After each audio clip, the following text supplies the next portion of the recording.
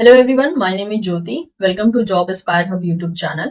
आज हम बात करने वाले हैं एक परमानेंट पोस्ट के बारे में। पोस्ट का नाम होने वाला है साइंटिस्ट और ये मेनली कृषि विभाग में होने वाला है। अगर आपने सुना हो तो अच्छी बात है, नहीं सुना हो तो जिस डिपार्टमेंट में या जिस ऑर्गेनाइजेशन में आप साइंटिस्ट की तरह पोस्ट किए जाएंगे वो रहने वाला है ICAR। ठीक है, that is Indian council of agriculture research. और जो यहाँ पे एक तरीके से रिक्रूटमेंट बॉडी है वो रहने वाली है agriculture scientist recruitment board, that is ASRB के नाम से ये जाना जाता है। ठीक है, तो इनके द्वारा जो है फिलहाल में एक रिक्रूटमेंट रिलीज किया गया है जिसमें कि लगभग 400 से भी ज्यादा जो है वैकेंसी रिलीज हुई है। बहुत सारी डिपार्टमेंट से जो है साइंटिस्ट की पोस्ट के लिए यहाँ पे रिक्रूटमेंट रिलीज किया गया है। बात करते हैं एज लिमिट की, तो आपकी जो एज है वो 21 साल से ज्यादा होनी चाहिए लेकिन 32 साल से कम होनी चाहिए। लेकिन ऑफ कोर्स अगर इस एज के रिलैक्सेशन के बारे में अगर हम बात करते हैं तो 5 साल का रिलैक्सेशन मिल जाएगा SC ST को और 3 साल का रिलैक्सेशन मिल जाएगा OBC को। और अगर आपने PhD किया है, जो कि इस जॉब की डिमांड नहीं है फिलहाल में, लेकिन अगर आपने PhD एडिशनल किया है तो इन सारे मतलब रिलैक्सेशन पे और 3 साल का आपको रिलैक्सेशन मिल जाएगा डिपेंडिंग अपॉन द डिपार्टमेंट। ठीक है, और PWD का भी वही होता है जैसे जो नॉर्मल गवर्नमेंट का रूल है उसके अकॉर्डिंग जो है रिलैक्सेशन मिल जाएगा। बात करते हैं यहाँ पर एलिजिबिलिटी क्राइटेरिया का, तो अगर आपने मास्टर करके रखा है यानी कि अगर आप पोस्ट ग्रेजुएट हैं रेस्पेक्टिव डिसिप्लिन में, जिस डिसिप्लिन के लिए आप अप्लाई करेंगे तो आप जो है इस पोस्ट के लिए एलिजिबल कंसिडर किए जाएंगे।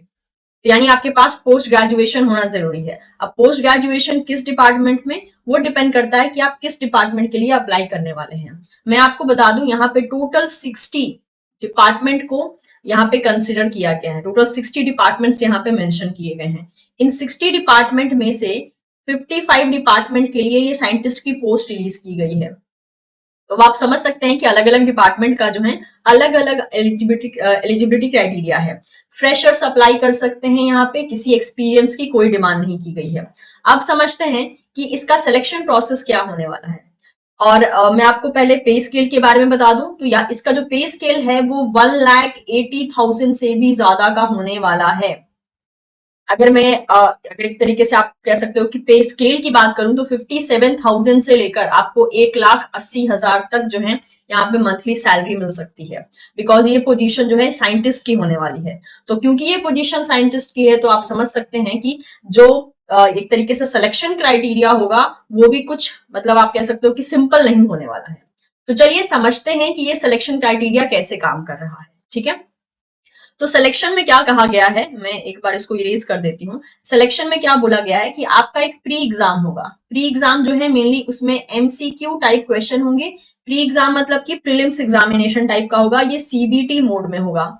हर एक स्टेट का स्टूडेंट इसके लिए या हर एक स्टेट के कैंडिडेट्स इसके लिए फॉर्म भर सकते हैं, क्योंकि सारे ही स्टेट में जो है लगभग मैक्सिमम स्टेट मैंने देखा कि वहां पे सेंटर आपका मिल जाएगा आपको। ठीक है, तो CBT एग्जाम होगा। इसको जब आप क्वालिफाई कर लेंगे तो आपका एक मेंस होगा। ये जो मेंस एग्जाम होगा ये MCQ टाइप नहीं होगा, ये डिस्क्रिप्टिव टाइप होगा। अब डिस्क्रिप्टिव टाइप का मतलब क्या होता है, हमने स्कूल में या कॉलेज में जिस तरीके के हम पैराग्राफ में आंसर लिखते थे ना क्वेश्चंस का, उसी टाइप का क्वेश्चन आपको मेंस में मिलेगा। मेंस जब आप क्वालिफाई कर जाएंगे तो फिर आपको इंटरव्यू के लिए बुलाया जाएगा। ओके, अब CBT मोड में क्या क्वेश्चन रहेगा, किस सब्जेक्ट से रहेगा, उसके बारे में भी हम बात करेंगे। मेंस में कितने क्वेश्चन आएंगे उसके बारे में भी हम बात करेंगे। ठीक है, तो ये हमने सारे के सारे जो मेन मेन फीचर्स थे इसके उसके बारे में हमने बात कर दिया। अब अगर मैं आपको पोस्ट के बारे में बताऊं तो इस पोस्ट को जो है जनरली ARS एग्जाम के नाम से जाना जाता है। ठीक है, और इस ARS एग्जाम को क्लियर करके आप ICAR में साइंटिस्ट की पोस्ट पे रिक्रूट किए जाते हैं। तो ये एक अच्छा मौका है अगर आपको परमानेंट जॉब की तलाश थी, अगर आप किसी सेंट्रल गवर्नमेंट के बॉडीज के साथ काम करना चाहते हैं तो एक बहुत अच्छा मौका रहने वाला है। अब चलिए समझते हैं कि कौन कौन से स्टूडेंट किस तरीके से एलिजिबल हैं, और साथ ही साथ इस पोस्ट से जुड़े सारे इंपॉर्टेंट लिंक आपको इसी वीडियो के डिस्क्रिप्शन बॉक्स में देखने को मिल जाएंगे। तो आप देख सकते हैं कि मैं इनकी ऑफिशियल वेबसाइट पे हूँ जो कि है asrb.org.in। अच्छा ध्यान दीजिएगा, इसका नोटिफिकेशन रिलीज हुआ है, एप्लीकेशन फॉर्म अभी भरना शुरू नहीं हुआ है। एप्लीकेशन फॉर्म अप्रैल से भरना शुरू किया जाएगा, लेकिन नोटिफिकेशन रिलीज कर दिया गया है। तो आपके पास एक अच्छा खासा टाइम मिलने वाला है अगर आप इस एग्जाम के लिए अपियर होंगे और समहाउ अगर आप इंटरेस्टेड होते हैं तो, क्योंकि जो इसका पहला स्टेज का एग्जाम होगा ना, सीवीटी एग्जाम होगा, ये मेनली सितंबर 2025 में होगा। मेंस जो है ये होगा दिसंबर 2025 में। यानी आपके पास 6 महीने से भी ज्यादा का टाइम है। आप चाहें तो प्रिपेयर कर सकते हैं अगर आप रेस्पेक्टिव डिपार्टमेंट से बिलोंग करते हैं तो। और जब आप सिलेबस देखेंगे ना, तो वो सिलेबस आपके दैट इज ग्रेजुएशन और पोस्ट ग्रेजुएशन के साथ काफी हद तक मैच होगा। ठीक है, तो आप देख सकते हैं मैं इनकी ऑफिशियल वेबसाइट पे हूँ। यहाँ पे मैं एग्जामिनेशन ऑप्शन पे आऊंगी, यहाँ पे नोटिफिकेशन पे मैं क्लिक करूंगी। ठीक है, यहाँ पे पहला ही ऑप्शन आप देख सकते हैं जो कि है notification for combined national eligibility test NET agriculture research service. इसी की मैं बात कर रही हूँ जिसमें कि साइंटिस्ट की पोस्ट निकली है। ठीक है, एंड सब्जेक्ट मैटर स्पेशलिस्ट जिसको कि एसएमएस कहा जाता है, and senior technical officer STO कहा जाता है, एग्जामिनेशन 2025। तो मैं आपको बता दूं, एक जो है आईसीआर के द्वारा एक कंबाइंड एग्जाम लिया जाता है। कंबाइंड एग्जाम मतलब कि मल्टीपल पोस्ट पे रिक्रूटमेंट के लिए सिर्फ एक टाइप का एग्जाम लिया जाता है। इस कंबाइंड एग्जाम में नेट एग्जाम चला आता है। ठीक है, इसके अलावा जिसकी मैंने अभी बात की दैट इज ARS की बात की हम लोगों ने, जिसमें कि साइंटिस्ट के पोस्ट के बारे में मैं बता रही हूँ। इस एग्जाम को अगर आप क्वालिफाई कर लेते हैं तो आप आईसीएआर में साइंटिस्ट हो जाएंगे। नेक्स्ट अगर बात करते हैं तो यहाँ पे चला आता है एसएमएस की पोस्ट एंड एसटीओ की पोस्ट।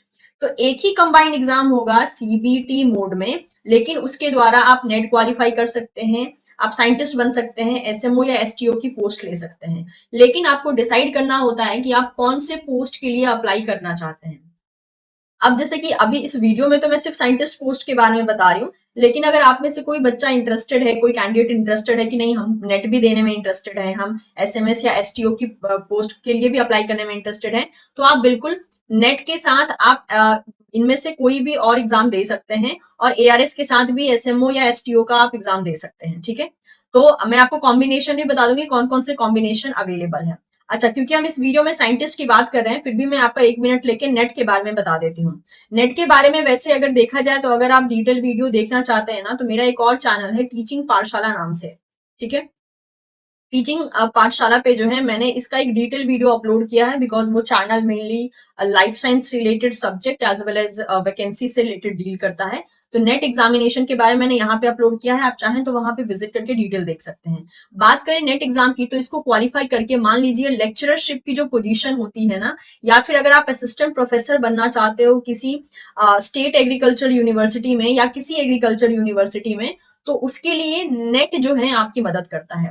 मान लीजिए किसी एग्रीकल्चर यूनिवर्सिटी में या स्टेट एग्रीकल्चर यूनिवर्सिटी में लेक्चरर या फिर असिस्टेंट प्रोफेसर की वैकेंसी निकली है, तो उस केस में वो आपसे नेट की डिमांड करते हैं, मेनली इस आईसीएआर नेट की डिमांड करते हैं। तो उस टाइम पे आप इस नेट के स्कोर कार्ड का इस्तेमाल करके जो है आप उस असिस्टेंट प्रोफेसर की पोस्ट के लिए अप्लाई कर सकते हैं, और सैलरी बिल्कुल वैसे ही रहती है जैसे कि असिस्टेंट प्रोफेसर की फिलहाल के टाइम में जो है फिक्स की गई है। ठीक है, तो ऑब्वियसली वो सैलरी जो है आपको आईसीएआर या फिर जो भी आप आईसीएआर रिलेटेड जो भी आप यूनिवर्सिटी वगैरह ज्वाइन करते हो उसके द्वारा जो है ये दी जाती है। तो ये एक छोटा सा हो गया नेट के बारे में। ठीक है, इस वीडियो में जैसे हमने बात किया कि हम साइंटिस्ट के बारे में बात करने वाले हैं, तो साइंटिस्ट की ये जो पोस्ट है ना, इसमें क्या होगा, इस एग्जाम को क्वालिफाई करके जो है आप ऑब्वियसली साइंटिस्ट की पोस्ट लोगे। तो लेकिन ये जो कंबाइंड एग्जाम है, मेक श्योर नेट के लिए सिर्फ और सिर्फ एक ही एग्जाम देना है, लेकिन एआरएस एसएमएस एसटीओ के लिए आपको 3 टाइप के लेवल को पार करना है। पहला होगा सीबीटी, फिर होगा मेंस एंड देन होगा इंटरव्यू। ये है डिफरेंस।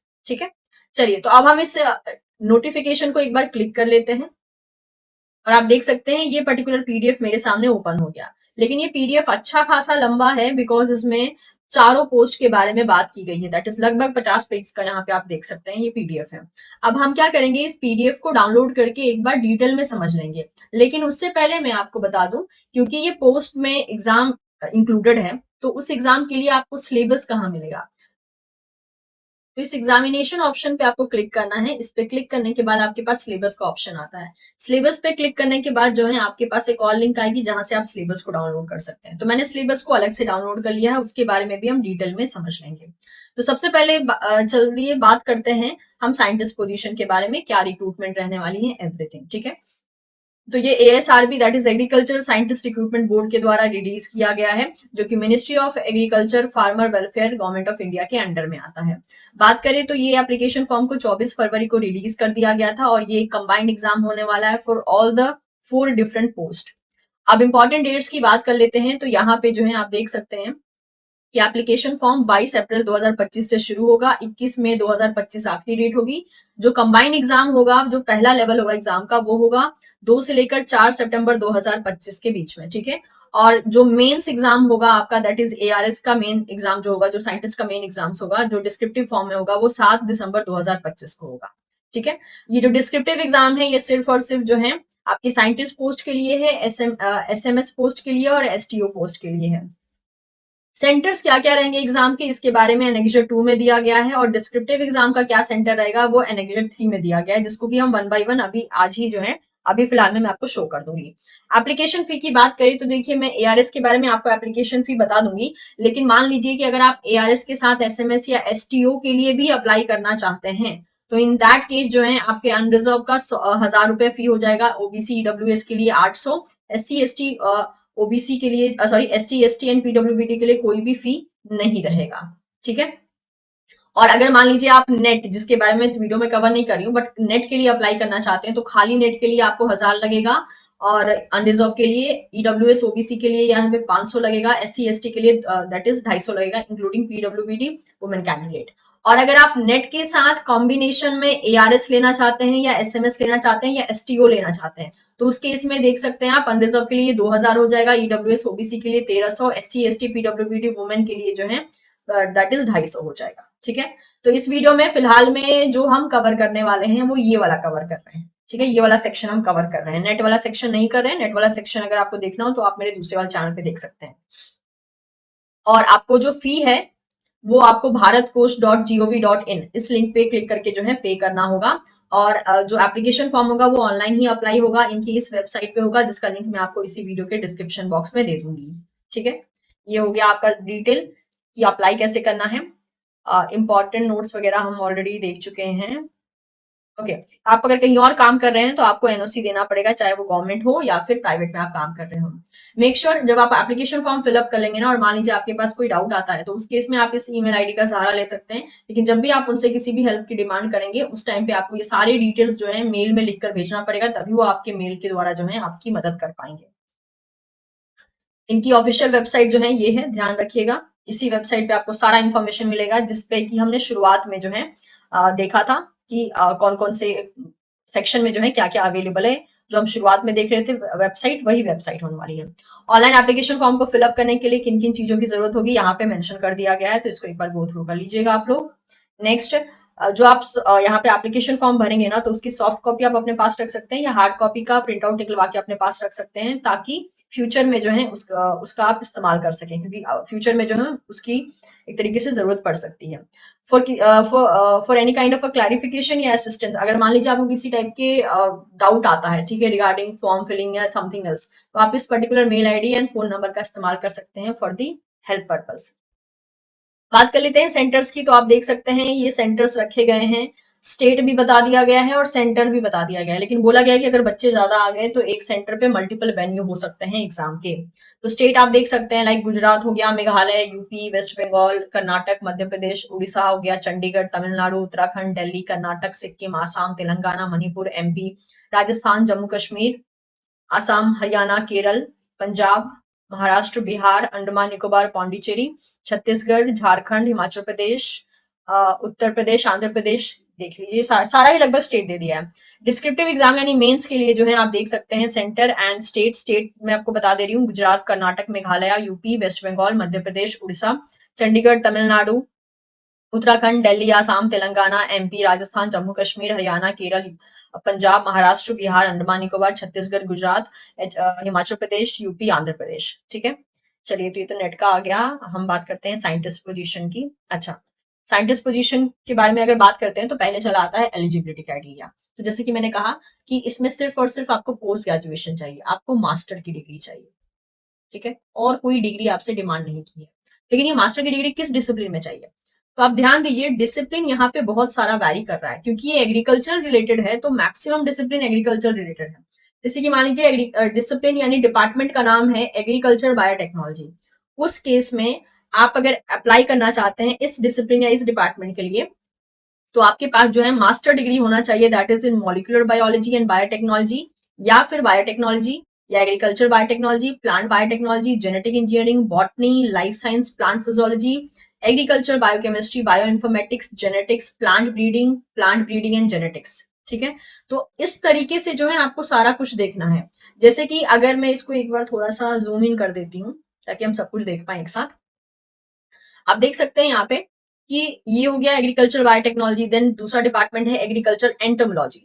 ठीक है, देन है agriculture microbiology, economic botany, plant genetics, genetics and plant breeding, nematology, plant biochemistry, plant pathology, plant physiology, बहुत सारे डिपार्टमेंट है। सीड साइंस से रिलेटेड डिपार्टमेंट है, फ्रूट साइंस हो गया, वेजिटेबल साइंस हो गया, एनिमल बायोकेमिस्ट्री हो गया, एनिमल बायोटेक्नोलॉजी हो गया। ठीक है, इसके अलावा एनिमल न्यूट्रिशन हो गया, एनिमल फिजियोलॉजी, डेयरी केमिस्ट्री है, डेयरी माइक्रोबायोलॉजी है, dairy technology, life stock product technology हो गया, वेटनरी मेडिसिन हो गया, पर्टरी साइंस हो गया, वेटनरी साइंस हो गया। ठीक है, इसके अलावा यहाँ पे एक्वाकल्चर है, फिशरीज का डिपार्टमेंट है, फिश न्यूट्रिशन हो गया, एग्रीकल्चर मेट्रोलॉजी हो गया, इसके अलावा agriculture chemical, agronomy, environmental science का डिपार्टमेंट है, सॉइल साइंस, इसके अलावा agriculture science, home science, farm machinery and power हो गया, computer application and IT, land and water management, bioinformatics, food technology, agriculture structure, veterinary anatomy, agriculture physics, electronics and instrumentation, textile manufacture and technology.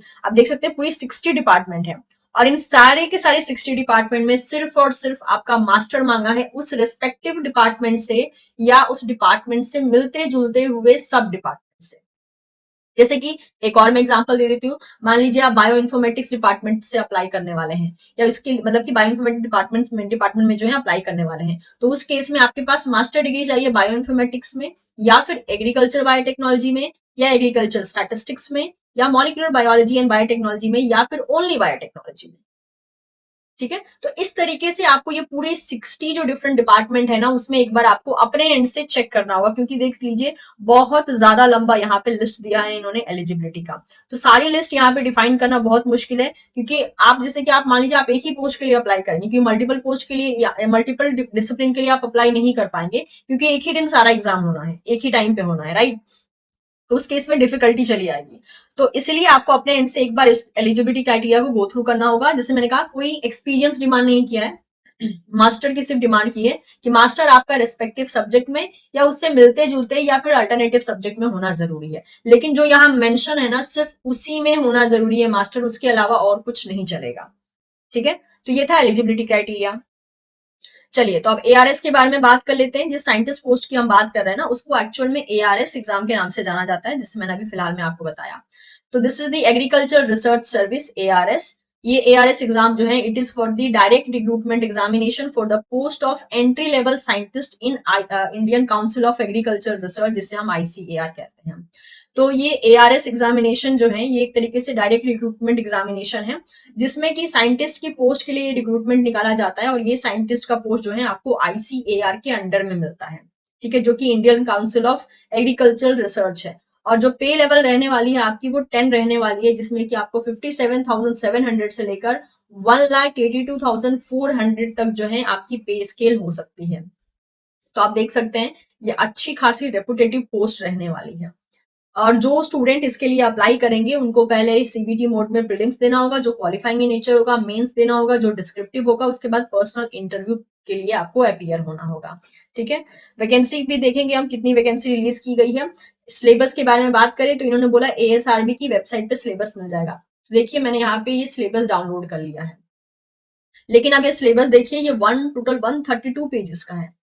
ठीक है, तो देखिए मैं आपको बता दूं यहाँ पर कि ये जो सिलेबस है ना, इसमें वो 60 के 60 डिपार्टमेंट्स मेंशन है, बट आपको पता है आप तो 60 डिपार्टमेंट के लिए अप्लाई नहीं करोगे, आप तो किसी एक डिपार्टमेंट के लिए अप्लाई करोगे, राइट। तो उस केस में आपको अपने डिपार्टमेंट का यहाँ पे सिलेबस देख लेना है। जैसे मान लीजिए कि फॉर एग्जाम्पल रैंडमली हम एक ले लेते हैं यहाँ पर। ओके, जैसे कि मान लेते हैं फॉर एग्जाम्पल आप एग्रीकल्चर माइक्रोबायोलॉजी में अप्लाई करने वाले हैं। ठीक है, या फिर पहला वाला ही ले लेते हैं हम यहाँ पे, आप एग्रीकल्चर बायोटेक्नोलॉजी में अप्लाई करने वाले हैं। तो कौन कौन से सब्जेक्ट आपको तैयार करना होगा अपने एग्जाम के लिए? दैट इज ये हो गया सेल स्ट्रक्चर एंड फंक्शन, जिसे सेल बायोलॉजी कहा जाता है, bio molecule and metabolism, enzymology हो गया, इसके अलावा molecular genetics, gene expression, molecular biology biology techniques, gene cloning, molecular biology, plant molecular biology हो गया, tissue culture, plant genetic engineering हो गया। नेक्स्ट हो गया आपका मॉलिक्यूलर मार्कर एंड जीनोमिक्स। तो अगर आप किसी टाइप का स्टेट एलिजिबिलिटी टेस्ट देते हैं ना साइंस डिपार्टमेंट से, या नेट एग्जामिनेशन देते हैं, तो उस केस में आप देखिए सारा सिलेबस एग्जैक्ट मैच कर रहा है। इसी तरीके से देखिए डिफरेंट, फिर एग्रीकल्चर एंटोमोलॉजी का डिपार्टमेंट आ गया, उसके बाद जो है एग्रीकल्चर माइक्रोबायोलॉजी हो गया, economic botany and plant genetic resource हो गया, इसके अलावा जेनेटिक एंड प्लांट ब्रीडिंग हो गया। तो पूरे के पूरे जो 60 डिपार्टमेंट्स हमने देखे थे ना, सबका सिलेबस यहाँ मेंशन कर दिया गया है। तो आप जिस डिपार्टमेंट से फॉर्म भरेंगे उसी डिपार्टमेंट के सिलेबस को आपको प्रिपेयर करना है। और ये सिलेबस जैसे मैंने कहा आपकी ग्रेजुएशन एंड पोस्ट ग्रेजुएशन से मोर देन 50% मैच खाएगा। अगर आपने स्पेसिफिक, जैसे मान लीजिए अगर आप एग्रीकल्चर बायोटेक्नोलॉजी के लिए अप्लाई कर रहे हैं और आपने बायोटेक्नोलॉजी में मास्टर करके रखा है, तो आपका ये जो सिलेबस है 50% से भी ज्यादा आपके बीएससी एमएससी के साथ मैच कर जाएगा। तो बस बाकी 50% ही आपको इन 6 महीने में तैयार करना होगा। ठीक है, ओके, तो ये हो गया आपका। तो ये हमने देख लिया कि सिलेबस क्या रहने वाला है, एएसआरबी की वेबसाइट से हम डायरेक्टली देख लिया। नेशनलिटी के मामले में यहाँ पे मेंशन कर दिया है, इंडिया, नेपाल, भूटान, तिब्बतियन, ये सबके बारे में मेंशन कर दिया गया है। एज लिमिट मैंने बता दिया, 21 साल से कम नहीं होना चाहिए, 32 साल से ज्यादा नहीं होना चाहिए। बाकी एज रिलैक्सेशन आप पढ़ लीजिएगा, ऑल्दो मैंने वीडियो के स्टार्टिंग में भी आपको बता दिया था। ठीक है, एजुकेशन क्वालिफिकेशन मास्टर डिग्री मांगा है आपसे या फिर इक्विवेलेंट डिग्री मांगा है, और उसके बारे में ऑलरेडी बता दिया गया है। फी के बारे में देख लीजिए, अनरिजर्व का यहाँ पे 1000 रहने वाला है, ओबीसी ईडब्ल्यूएस के लिए 800, और SC ST PWBD transgender and women के लिए कोई भी यहाँ पे फी नहीं रहने वाली है। चलिए अब एग्जाम पैटर्न के बारे में बात कर लेते हैं, किस तरीके से एग्जाम पैटर्न रहने वाला है। ये जो एग्जाम होगा, पहला होगा सीबीटी मोड में, जो क्वालिफाइंग इन नेचर होगा। 150 क्वेश्चन आएंगे, 150 मार्क्स के, हर एक क्वेश्चन 1 मार्क्स कैरी करेगा, यानी टोटल पेपर ही 150 का होगा, और टाइम मिलेगा आपको 2 घंटे का। ठीक है, मेंस एग्जाम ऑब्वियसली ये जो है आपका सितंबर में होगा, उसके बाद जो है मेंस एग्जाम आपका दिसंबर में होगा 2025। ठीक है, ध्यान रखिएगा। मेंस एग्जाम डिस्क्रिप्टिव होगा, सिलेबस वही होगा जो आपको दिया गया है ऑलरेडी, या फिर अगर ये अलग से सिलेबस कुछ मेंशन करते हैं तो उसके बारे में अपनी वेबसाइट पे बता देंगे, बट जहां तक लग रहा है सिलेबस वही होने वाला है। नेक्स्ट बात करते हैं, तो इसमें टोटल मार्क्स 300 का होगा, टोटल आपको टाइम मिलेगा 3 आवर्स का। अच्छा, ये पहले वाले केस में सीबीटी मोड में जो है आपका 1/3 नेगेटिव होगा अगर आपने गलती की तो। पर्सनल इंटरव्यू आपके 45 मार्क्स का होगा। और ये जो क्वेश्चन होगा that is mainly CBT mode वाला जो क्वेश्चन होगा, जो प्रिलिमिनरी टेस्ट हम कह रहे हैं, प्रिलिमिनरी एग्जाम कह रहे हैं, ये इसका लैंग्वेज जो है बाइलिंगुअल होगा, यानी हिंदी इंग्लिश दोनों में ही आपको क्वेश्चन देखने को मिल जाएगा। पासिंग मार्क्स की बात कर लेते हैं। सीबीटी मोड में जो है अनरिजर्व को 45% मार्क्स लाना होगा, ओबीसी ईडब्ल्यूएस को 40%, एससी एसटी पीडब्ल्यूबीडी को जो है 35%, यानी कि आउट ऑफ 150 अनरिजर्व को 68 के करीब लाना होगा, ओबीसी ईडब्ल्यूएस को 60 एंड एससी एसटी पीडब्ल्यूडी के लिए 53 के करीब होगा। ठीक है, ये जो है क्वालिफाइंग मार्क्स है, मतलब इतना आप मार्क्स लाओगे तभी जो है सेकेंड राउंड के लिए जाओगे, जो कि यहाँ पे डिस्क्रिप्टिव या मेंस एग्जाम होने वाला है। अब अगर मेंस एग्जाम की बात करते हैं तो इसका पैटर्न वैरी कर रहा है। देखिए मेंस एग्जाम में क्या बोला गया है, सिर्फ एक ही पेपर होगा, 300 मार्क्स का होगा, 3 घंटे आपको दिए जाएंगे, 25 क्वेश्चन आएंगे 5 मार्क्स के, जिसमें कि आपको 50 वर्ड्स में आंसर देना होगा। 10 क्वेश्चन आएंगे 10 मार्क्स के, जिसमें कि आंसर 100 वर्ड्स में देना होगा। 5 क्वेश्चन आएंगे 15 मार्क्स के, जिसमें कि आपको 150 वर्ड्स में आंसर देना होगा। ठीक है, जो स्टूडेंट्स मेंस को क्वालिफाई करेंगे उनका पर्सनल इंटरव्यू होगा। और जो मेंस एग्जामिनेशन होगा वो वो क्वेश्चन पेपर आपका हिंदी या इंग्लिश किसी भी एक लैंग्वेज में हो सकता है, लेकिन वो लैंग्वेज कौन सा होगा उसके बारे में आपको एप्लीकेशन फॉर्म में ही मेंशन करना होगा। अगर आपने एप्लीकेशन फॉर्म में मेंशन किया कि मुझे मेंस एग्जाम इंग्लिश में देना है, तो आपको हर हाल में इंग्लिश में ही देना है। अगर आपने हिंदी में दे दिया तो आप जो है डिस्क्वालीफाई कर दिए जाओगे। और अगर आपने लिखा है कि मुझे मेंस का एग्जाम हिंदी में देना है, तो आपको एग्जाम हॉल में भी हिंदी में ही देना होगा। फिर लास्ट स्टेप रहेगा पर्सनल इंटरव्यू, उसके बाद उसमें क्वालिफाई हो जाने के बाद जो है आपका फाइनल रिक्रूटमेंट हो जाएगा। सिलेबस फॉर द एग्जामिनेशन जो है is also available on ASRB website. ठीक है, तो इसका जो सिलेबस है वो ऑब्वियसली एएसआरबी की वेबसाइट पे ही है, जैसे कि फिलहाल में आपको बताया गया था। ओके, देखिए इसमें केस क्या है कि इसमें जो आपका मतलब सिलेबस होता है ना, वो मेनली बीएससी और एमएससी दोनों को मिला के देखा जाता है। ओके, अब ये देख लीजिए वैकेंसी के बारे में। यहाँ पे कोड वाइज देखिए सारे, जैसे मैंने कहा 60 डिसिप्लिन है ना, तो टोटल 60 डिसिप्लिन के लिए यहाँ पे साइंटिस्ट की पोस्ट नहीं है। यहाँ पे साइंटिस्ट की पोस्ट सिर्फ और सिर्फ 55 डिसिप्लिन के लिए है। जैसे कि मैं देख पा रही हूँ कि जो पहला वाला डिसिप्लिन था वो एग्रीकल्चर बायोटेक्नोलॉजी, उसके लिए साइंटिस्ट की पोस्ट नहीं है। पोस्ट कोड 2 के लिए 3 4 5 6 7 8 9 10 आप देख सकते हैं कौन सा पोस्ट यहाँ नहीं है। पोस्ट कोड जो यहाँ पे नहीं है उसके लिए साइंटिस्ट की पोस्ट नहीं है। उसके बाद डिपार्टमेंटल वाइज देखिए वैकेंसी बताई गई है। फिर इसको और भी डिवाइड किया गया है कैटेगरी वाइज कि कौन सी कैटेगरी के लिए कितना वैकेंसी होने वाला है। तो ये आपके अपने प्रेफरेंस के लिए है कि एक बार देख लीजिएगा कितनी वैकेंसी कौन से डिपार्टमेंट से आ रखी है। टोटल जो वैकेंसी है यहाँ पर आप देख सकते हैं वो है 458। ठीक है, लगभग 450 से भी ज्यादा जो है यहाँ पर वैकेंसी रिलीज की गई है for the scientist post. Okay, ये आ गया सेक्शन सी। तो ये हमने देख लिया आपके एएस दैट इज एआरएस जो यहाँ पर एग्जाम होने वाला है mainly for the scientist position. ये एक तरीके से जॉब ही है, राइट। तो जॉब पोजीशन के लिए ही यहाँ पे एक तरीके से इसको रिलीज किया गया है, बट ये जो साइंटिस्ट की पोजीशन है ये आपको आईसीएआर के अंडर में दी जाती है। तो ये सारा का सारा डिटेल हमने कवर अप कर लिया है। उम्मीद करती हूँ जितने भी डाउट्स थे उसको मैंने यहाँ पे, वीडियो तो थोड़ी लंबी हो गई लेकिन जितने डाउट्स थे उतने मैंने इसको यहाँ पे जो है एक तरीके से कवर अप कर लिया होगा। अगर आपको इन्फॉर्मेशन पसंद आया हो तो आप चैनल को सब्सक्राइब कर सकते हैं, वीडियो को लाइक कर सकते हैं और इसे आप अपने दोस्तों के साथ भी शेयर कर सकते हैं। Thank you so much, will see you soon in the next session. इस पोस्ट से जुड़े सारे इंपॉर्टेंट लिंक आपको इसी वीडियो के डिस्क्रिप्शन बॉक्स में देखने को मिल जाएंगे। Thank you so much.